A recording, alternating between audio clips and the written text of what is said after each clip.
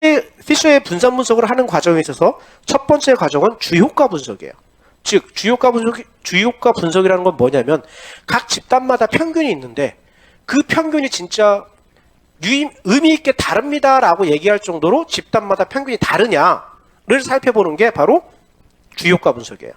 이때도 영가설과 대항가설이 있는데 영가설은 뭐냐면 모든 집단의 평균은 같다. 그리고 대항가설은 아니다. 집단 간 평균은 다르다라는 게 바로 대항가설입니다. 우리가 궁극적으로 바란 거는 뭐냐면 요 대항가설이죠. 집단 간 차이가 있어야 어떠한 교수법이 더 효과적인지 알 수가 있거든요. 그래서 보면은 전체 제곱은 아까 얘기했듯이 전체 평균이 10이었으니까 일일이 다 빼면은 144가 나옵니다. 그리고 자유도는 전체 사례에서 하나 빼니까 37에 21이었죠. 21이니까 전체 제곱합의 자유도는 20이 됩니다. 그리고 집단 간 제곱합은 전체 제곱에서 i를 빼는 거예요. 각 집단의 평균 10, 12, 8 그리고 사례수가 7명이었으니까 56이 나옵니다. 그리고 자유도는 3-1, 집단이 3개 있으니까 3-1 하면 2가 나오고요. 그 다음 집단 내 제곱합은 요렇게 일일이 이 과정을 거쳐서 구할 수도 있고요.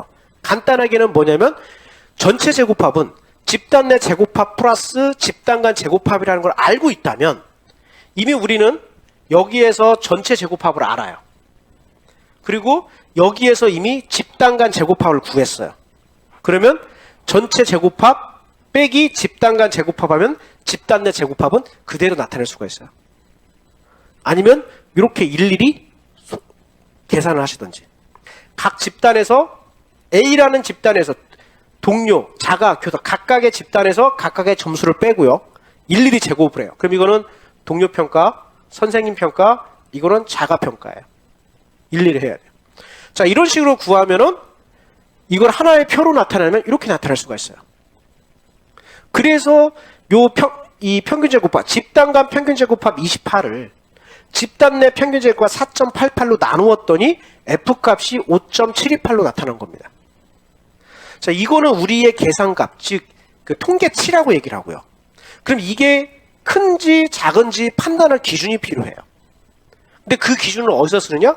F 검정표라고 해서 이미 기준표는 존재를 합니다.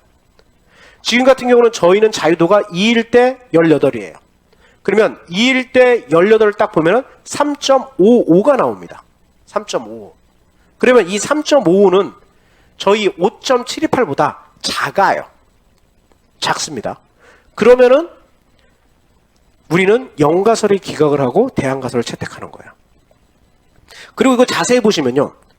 모든 게 고정되어 있을 때 3이라는 것, 즉 요 집단 내 자유도가 고정되어 있을 때 집단이 점점 늘어날수록 요 기각값은 점점 작아져요. 반대로 집단이 고정되어 있을 때 사례수가 점점 늘어나잖아. 그럼 기각값이 작아져요. 그래서 여러분들한테 보통 연구를 할 때 사례수를 많이 모으세요라고 하면은 여러분들의 통계치는 기각치보다 높아질 확률이 훨씬 높아집니다. 그래서 사례수를 많이 모으라고 얘기를 하는 거예요. 그래서 일반적으로 많이 쓰이는 유의 수준에 따라 살펴보면은 일반적으로 유의 수준을 가장 많이 쓰는 건 0.05예요. 0.05일 때는 3.5. 근데 유의 수준을 더 내리잖아요. 0.025, 0.01, 0.02 할 때마다 이 기각값은 점점 커집니다. 대신에 기각값을 점점 올리면은 F값은 점점 작아지겠죠. 자, 그래서 이게 원리가 이거예요.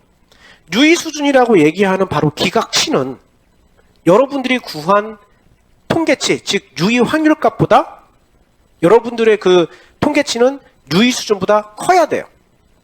기각치보다 커야 됩니다.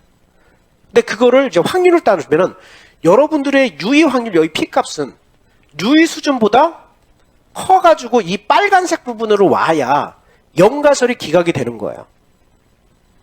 만약에 빨간색 부분이 유의 수준보다 커가지고 이 걸 다 포함해서 이 좌측 A 같은 경우가 돼버리면은 여러분들의 통계치는 기각치보다 작아요. 그리고 유의 확률은 유의 수준보다 큽니다.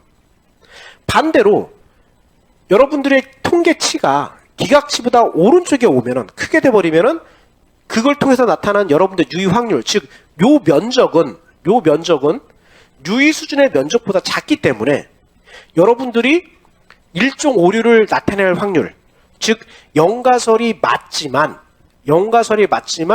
우리는 그 영가설을 잘못 내릴 확률이 훨씬 더 줄어들기 때문에 조금 더 확신을 가지고 영가설을 기각을 하는 거야.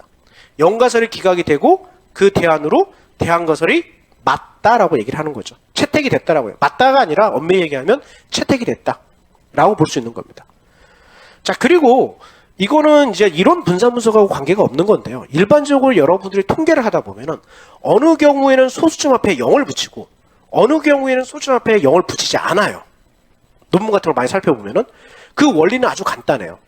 최대값이 1이면 소수점 앞에 0을 붙이지 않아요. 근데 최대값이 1보다 크다. 그러면 소수점 앞에 0을 붙입니다.